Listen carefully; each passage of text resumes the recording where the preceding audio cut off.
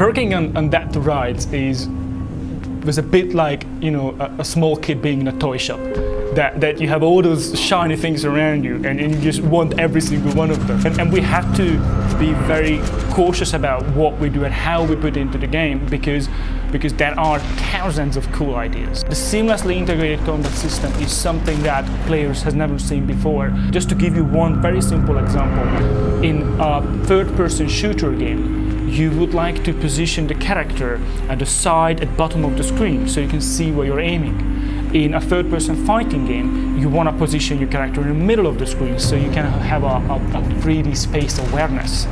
So we have both, therefore we have to find the camera setting where you can see the character but at the same time you can still aim. Dead to Rights Retribution is using our internal engine, BlitzTech. We're quite proud of this engine. It's a very, very strong platform for us. We applied a dynamic lighting to the whole game, which means that we do not have any baked-in shadows. That gives a very distinct and very unique look to the game.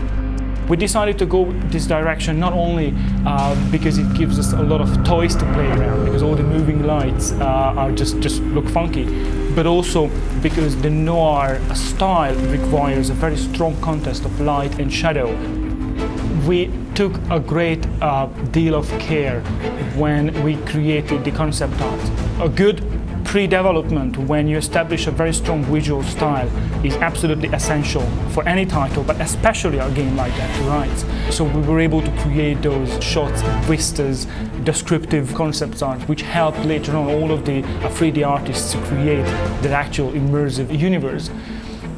The best way to describe the gameplay of Dead to Rights is to describe a scene. So you as a player, you step in a room and suddenly you find yourself surrounded by 4 guys. You can grab one of the guys in one side, throw him, then you can do a kick to the back, so you can do a set of combos and an execution move. Still you have time to take out your gun, do a headshot on one of them and set your dog on the last one and listen to him screaming as you walk away.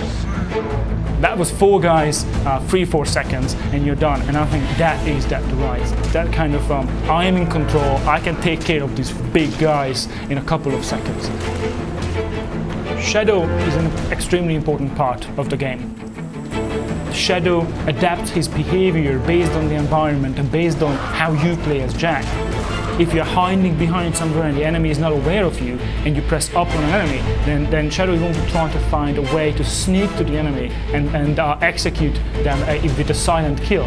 If you're doing the same D-pad up in the middle of a firefight, then obviously he knows that there is no hiding, he's just going to sprint ahead and try to take out the enemy as fast as he can. The Shadow's trademark takedown of the enemy, the infamous testicle. The other part of the game where you take direct control, these are the main Shadow playable sections, are all about stealth, all about sneaking around, taking enemies out silently. For example, there is a guard, I can bark to draw attention, they check out the noise so I can take them out, drag the body somewhere so I can hide them so the other guard. In Dead to Rights there are just hundreds of good bits. Every single time you play, you're going to have a different experience. I personally, and we as a team at Volatile Games, we definitely learned that you can dream big. You can go for something which people wouldn't expect from you.